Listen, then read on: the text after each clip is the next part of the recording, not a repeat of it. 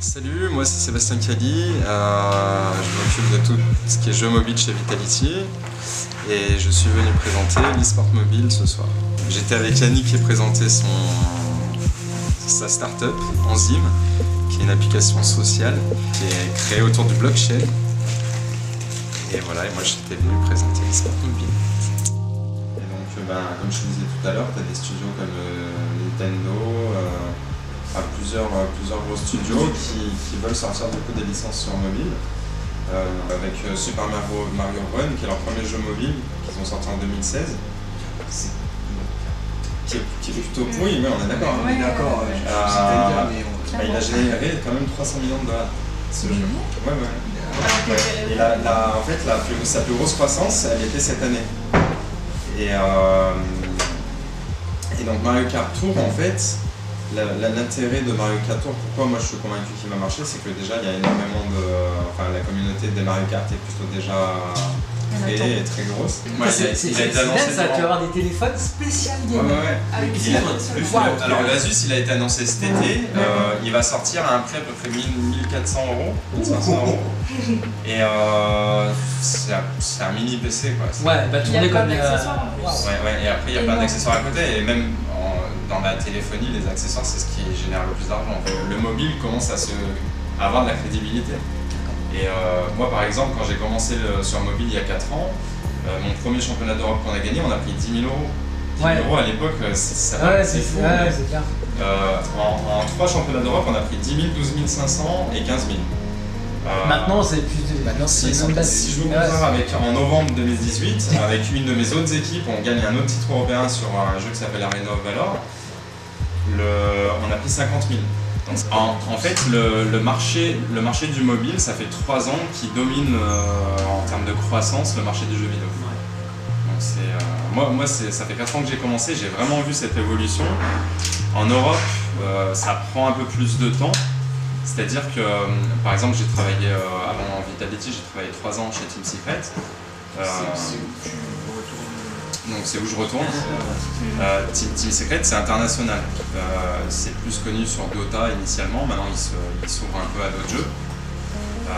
C'est une compagnie, par exemple, juste pour rentrer un peu dans des chiffres, avec un jeu, ils ont ramené des millions. Ça veut dire que moi, quand j'étais encore chez eux en 2016, ils rentraient à peu près 4 millions avec un jeu, en revenus. D'accord. Et là, depuis septembre, ils se lancent sur plein d'autres titres, pas que du Dota, quoi. Et voilà, en gros, Dota, c'est quand même un titre qui est très gros. Et il suffit que tu gagnes une compétition. Moi, j'ai l'équipe de Dota, quand à l'époque où j'y étais, ils ont gagné un championnat du monde, ils sont devenus tous millionnaires du jour au lendemain, les joueurs. Et en fait, de plus en plus, le mobile va s'approcher de gains aussi intéressants. Clash Royale, je ne sais pas si vous connaissez.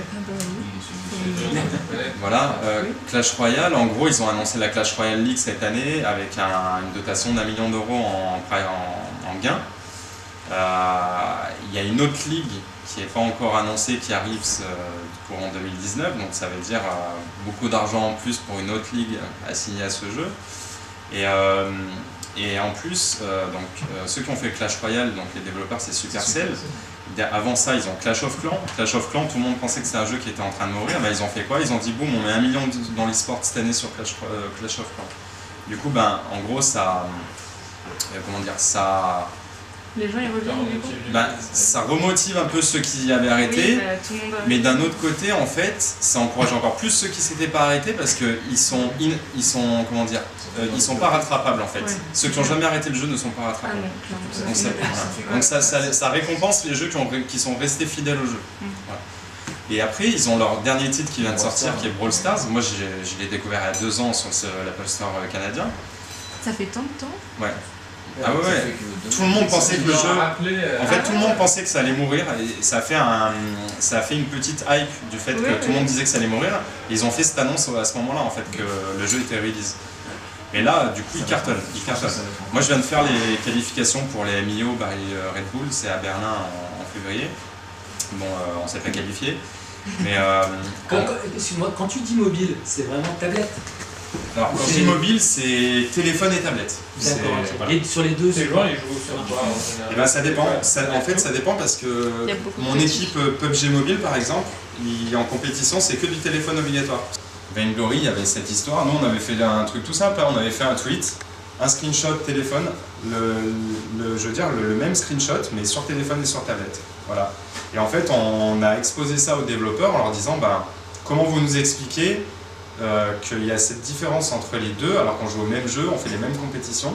Et en fait, nous ce qu'on essayait de faire, c'était qu'ils règlent en fait, qu'ils fassent la même chose pour tablette. Mais en gros, on essayait de leur montrer que c'était pas fair play déjà de base, qu'un support et un autre ne soient pas identiques en termes de vision et tout ça, quoi. C'est un énorme casse-tête vu le nombre de téléphones qu'il y Voilà. a, etc. Sur PUBG, par exemple, il y a ce qu'on appelle des joueurs gâchettes. Alors sur téléphone, maintenant, tu peux rajouter des sortes de gâchettes, des machins. Sans compétition, c'est interdit. Ouais. Ah ouais? Pourquoi? Mais en fait, énormément d'équipes, pour se qualifier aux compétitions, vont essayer de tricher un maximum. Ça veut dire qu'ils vont essayer d'utiliser tout ce qui est possible et inimaginable pour se qualifier. Mais après, ils vont arriver en compétition, ils vont rien faire en fait. Parce qu'ils ont joué avec des choses qui n'étaient pas légitimes. Ouais, c'est ça. Et voilà, moi c'est pour ça que dès le début, en fait, j'apprends à mes joueurs à jouer vraiment légit. Parce que plus ils vont s'entraîner en jouant normal, plus le jour où ils vont arriver en compétition, ils vont jouer le même jeu en fait. Ouais.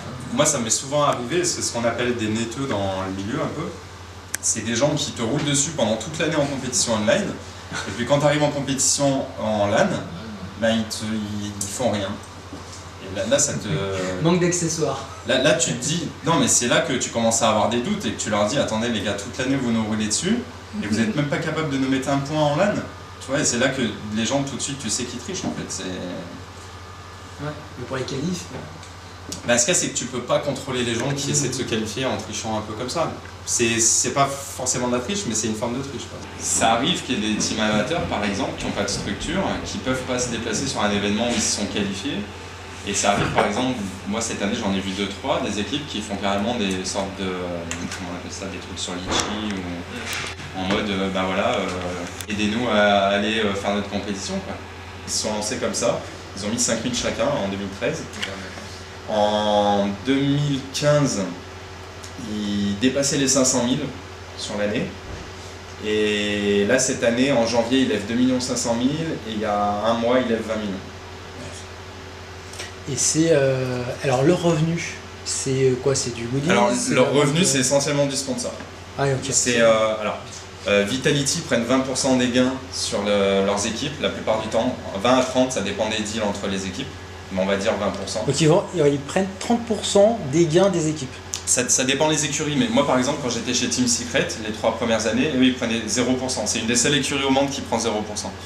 La plupart des écuries type Fnatic, SK Gaming, Vitality, G2, enfin toutes ces écuries les plus connues, ils prennent 20% en général à 30% pour certains. Voilà, après, donc ils font de l'argent sur les gains, ils font de l'argent sur le sponsoring. Le sponsoring, c'est de l'argent, c'est un truc de fou. Après, oui, il y a des sortes d'OPSP, ce qu'on appelle des OPSP, où vous devez connaître.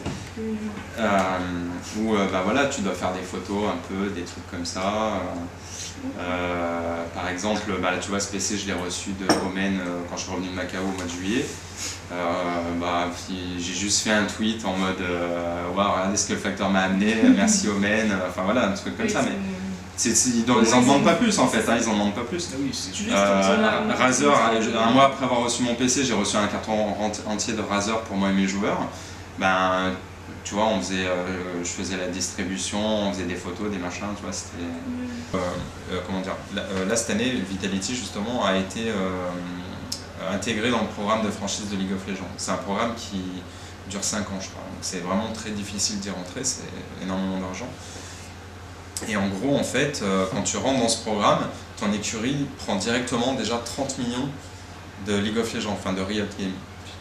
Et derrière, ils te demandent de la création de contenu, ils te demandent énormément de choses, tu vois. Donc après, comment dire, là c'est plus un aspect marketing, mais les sponsors que cherche Vitality, essentiellement, c'est des sponsors qui sont dans leur logique de aussi intégrer des franchises par la suite e-sport qui génèrent énormément d'argent à elles-mêmes.